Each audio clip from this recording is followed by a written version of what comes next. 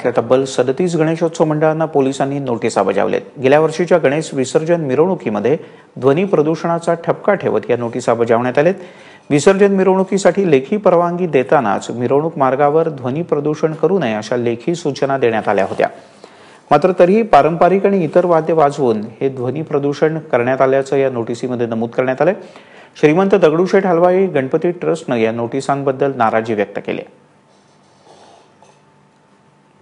राज्याचे मुख्यमंत्री असं स्वतः सांगतात की मी गणेशोत्सवाचा कार्यकर्ता म्हणून माझी समाजात नागपूरमध्ये ओळख झाली आणि आज मी राज्याच्या मुख्यमंत्री पदापर्यंत आलो।